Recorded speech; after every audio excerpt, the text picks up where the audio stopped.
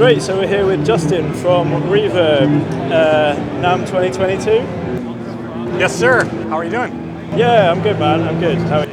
I'm doing great. Honestly, it's really good to be back here. The past couple of years, obviously, have been a little crazy, and so honestly, just getting back here, seeing the same faces, the same names, getting a chance to kind of reconnect, do a little bit of business, but as much, I think, just being back and being part of the community has been really, really good so far. Yeah, I guess community is a big thing for Reverb. Oh, it's huge. I mean, we're, at the end of the day, we are a marketplace, global marketplace of buyers and sellers of musical instruments, and so those peer-to-peer connections and the opportunity to work with a real person on the other side of the transaction, and we have users who end up forming relationships and becoming friends and transacting multiple times, and it's really, really important. And, we're part of the broader Etsy ecosystem, and their corporate mission is to keep commerce human, and I think that really fits well with what we do. Music is a very human and personal experience, and I think that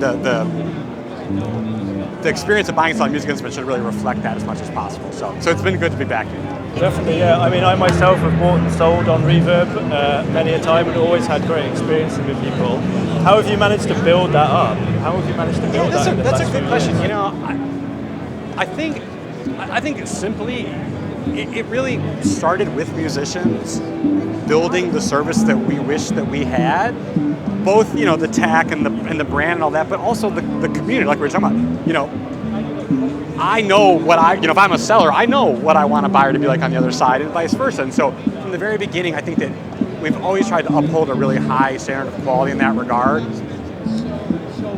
And then that flows into our policies, and we're very protective of our sellers. We're very thoughtful about stepping into transactions. It's very rarely is there ever really an error, but when there are, we attempt to be very helpful. We attempt to sort of,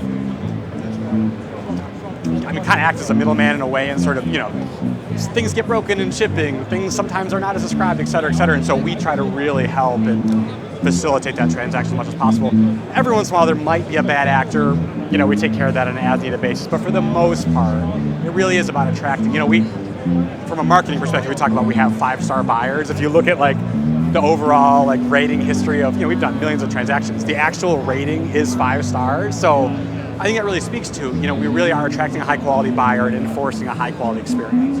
Absolutely, yeah, and it's a really strong brand in the second-hand market. I've been buying and selling since for a number of years, and Reverb seemed to come on the scene and land and be the place that people were buying and selling stuff on. Yeah, I think that's right. I mean, we really started in the vintage guitar market, which makes a lot of sense. Our original founder and CEO owned a guitar store called Chicago Music Exchange, based out of Chicago, and really used that to kind of jumpstart the Reverb platform. I actually joined a couple years after Reverb started to grow our synth and electronic instrument categories, and so I think we really learned how to really be an important member of the guitar community, and then took what we learned and tried to apply it to other categories. I would say personally, I think we made a lot of inroads into that world, but I think we still have a long way to go, honestly. And so part of being here is telling the Reverb story and building relationships with the makers and the buyers of electronic instruments, just like in the world of guitar. So, I think that it is a strong brand. I think it does, the history comes out of guitar, but our goal obviously is to make that brand be strong across all instrument types and really all around the world. Yeah, and what sort of developments do you have planned for Reverb, let's say in the next coming 6 to 12 months? What's planned? So, overall, we're really, at the end of the day, we are focused on doing a couple things. So, one, continuing to build a global brand and drive awareness of our global platform for the sake of bringing in more buyers. At the end of the day, we exist to serve our sellers, and at the end of the day, what do sellers need?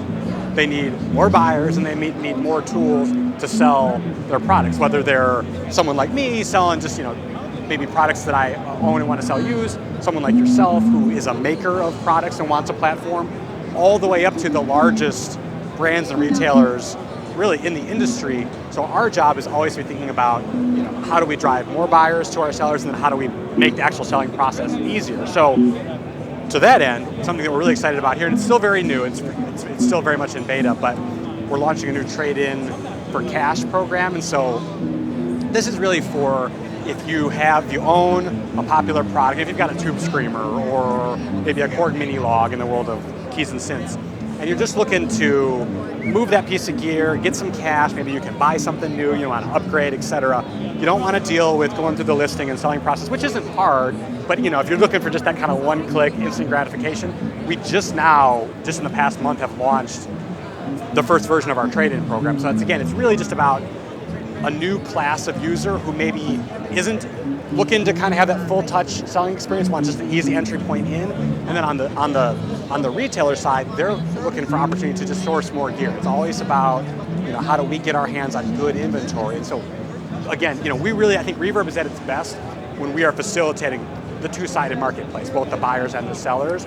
That's really our sweet spot. So really just continuing to focus there, more awareness across new categories, so like I said, keys and synths, et cetera, international awareness on the buy side, and the new selling tools. Excellent. And there's a couple of things I've noticed about you, your editorial.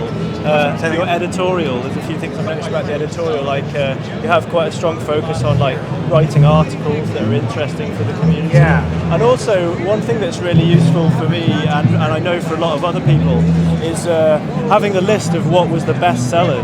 What was the best sellers. Sure. I'm glad to hear year. that. That's great.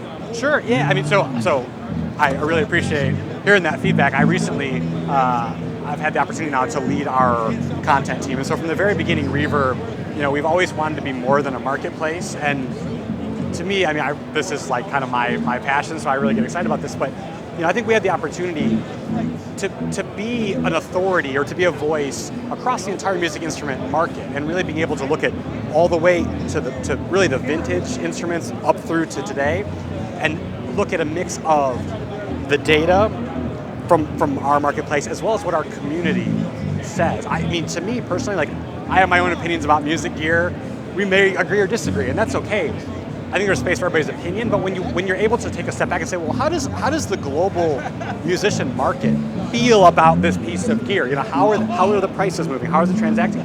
You just get that better sense of, is this product for me? Is this something that's going to be compatible with my setup? And so, something since I've started to lead the team, I've really tried to focus more on the data that we have and the insights that we can create from our community. And really, at the end of the day, that's what it's all about. I think it's all about helping our community understand more of their own behaviors and sort of the way that they're interacting with the gear and the inventory that's available to make smarter buying and selling decisions ultimately. And that's really, I think, for us, we succeed when a great transaction occurs. The right buyer and the right seller, the fair price, a smooth transaction. There's nothing better for us than that. And so it really is about, from a content perspective, really about, if you're a buyer, helping you make a smart decision. I'm not here trying to push one brand or one product because that's the new thing. I'm here to make sure that you buy the right thing. And so that I really, from a content perspective, that's more often than not the narrative that we're trying to drive. It's just to make a smart decision. Excellent. Well, thank you very much for speaking to me today, man. Absolutely. It's been great Sure, to man. speak to you.